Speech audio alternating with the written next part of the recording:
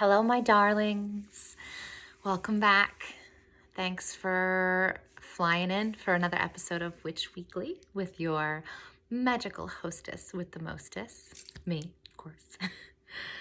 I'm coming to you tonight, in case you haven't noticed, from a different location, a little fireside chat, if you will, on this, Sunday evening, January 24th. I have plans to pull a little tarot and talk a lot of astrology. Last week on my birthday, I just drank a bunch of water. Last week on my birthday, to be exact, January 19th, the sun moved into the sign of Aquarius. This upcoming Thursday, with the moon having moved into Leo, we will have an exact opposition, better known as a full moon. Now, this full moon in Leo on Thursday, the 28th, has a few aspects involved with it, i.e. conversations, interactions, challenges, or opportunities with other planets. Those are called aspects, when the planets are talking to one another and the different pictures that they form within the chart. We have a stellium happening in Aquarius right now, since the sun has joined the party. And I'm sure some of you read about the Great Conjunction. And I briefly touched on it several weeks back when Saturn and Jupiter joined up in Aquarius back at the end of December. A stellium is a concentration of 3 or more planets in the same sign within a few degrees of an exact conjunction. If a conjunction is sitting next to someone on the couch, a stellium is having a couple other friends over who are sitting on the love seat or the recliner or the armchair, all in the same room, right? So they're near one another. It can be an exact conjunction, but it can be a couple of degrees apart, but they're still really near one another in the same sign. The other important piece of this astrological puzzle, and here I might be getting into slightly more advanced topics, but this is the T-square with Mars and Uranus and Taurus. So there's a lot happening that's involved in this.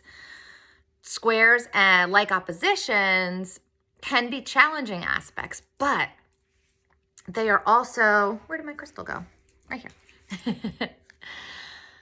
But they are also opportunities for learning, growing, and evolving.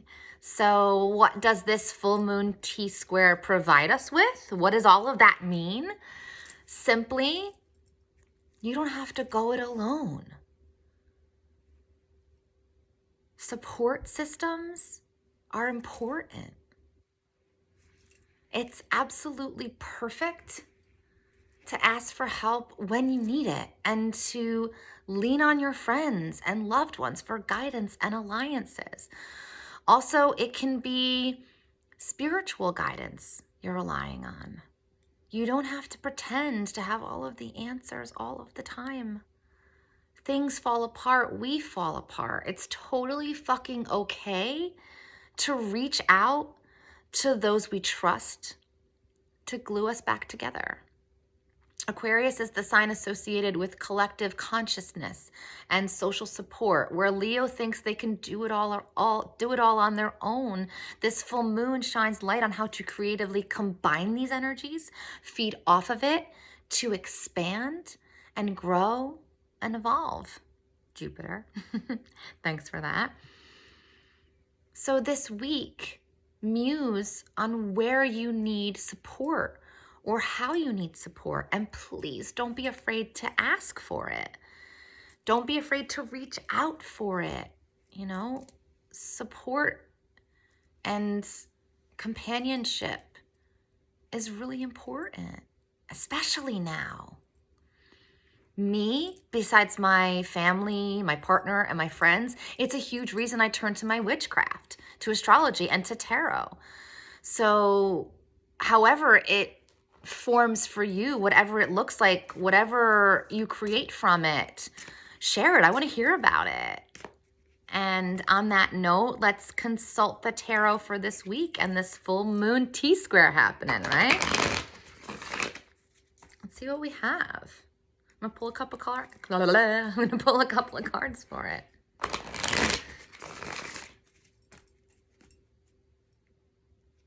very quiet where I am, and that's okay. And, you know, a little crackling fire. It's beautiful. I figured, fire sign, full moon. Why not record by the fire tonight? All right, one more shuffle, my darlings. I won't shuffle 100 million times like I normally do. Beautiful cut.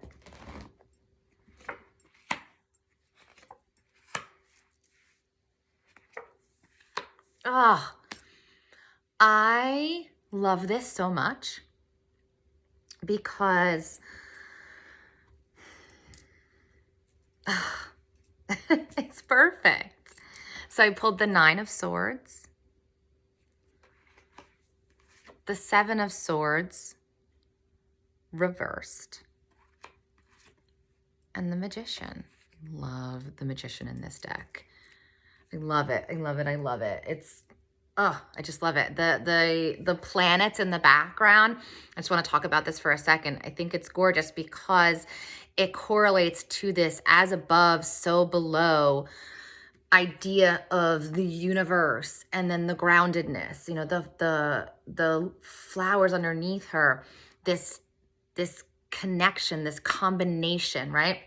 So the 9 of Swords is this really thought intense card. I mean, you're seeing this exposure of her brain, right? And the 7 of Swords reversed, I love, because the 7 of Swords is sort of that like sneaky feeling attacked or lied to, or feeling betrayed, right? The 9 of Swords is total stress and anxiety and worry, and the world is falling down and crumbling around me, right? So this whole sense of I can't do this anymore, or I can't do this, or I feel like everything is crushing and crumbling, and, you know, these 2 swords together, and then the Magician on the other side of it. I actually had an intention to pull 3 cards, then I was going to pull 2 cards, and as I was shuffling and pulling, I said, I'm going to pull 3, and that's what wanted to come out.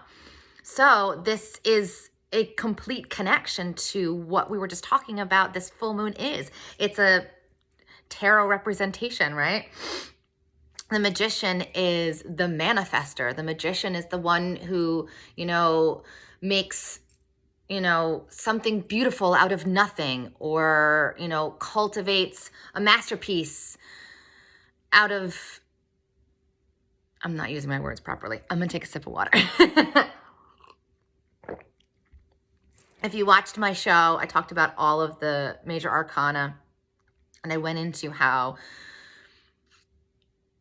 the Magician utilizes all 4 elements, all 4 suits: the thinking mind, the feeling heart, the sensory system, the emotional system, the creative passion, the fire, the drive, melding, blending, combining, putting it all together, you know, and taking divine intervention, or divine knowledge, or inner knowing, and bringing that down into reality, into practicality, you know, keeping your feet on the ground, but your dreams big, you know. So the Magician takes this stress, this worry, this anticipation of apocalypse, essentially, that shows up in the 9 of Swords. And then this sense of feeling maybe everything is against you, the odds are against you, in the 7 of Swords, and this very protective, sort of contractual, curling up into my shell attitude that's, you know, within the 7 of Swords, and says, fuck that, because I can do this. I can make this. I can create this. I can go forward. And there's a quickness to the Magician. There's a,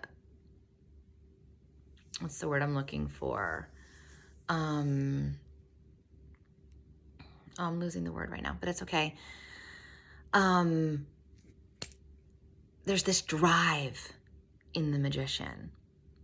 So I think it's perfect. I think it's beautiful. I think it's complementary to what the stars are saying, to utilize what you have, your friends, your family, your support systems, your tools, your practices, your craft, your journaling, your dance, your tarot, your cooking, your organizing, your teaching, whatever it is that makes you feel present, that brings you back to yourself, and that connects you to the things and people that you love. That's the alchemy. That's the, connection. That's the coming together that the magician embodies. And that's the way to grow and change and evolve with confidence. And so I wish you oodles of confidence and connections this week. And I want to hear all about it as always. Don't be shy. And it was just 11 minutes on my video. And so I'm going to take that as a place to stop. As always, you can pop over to my website, www.laurenannalchemy.com, to book services, buy products, and reach out and connect. And I will see you next week, my loves. So in the meantime, stay wild and stay incredibly weird. And I love you. Mwah.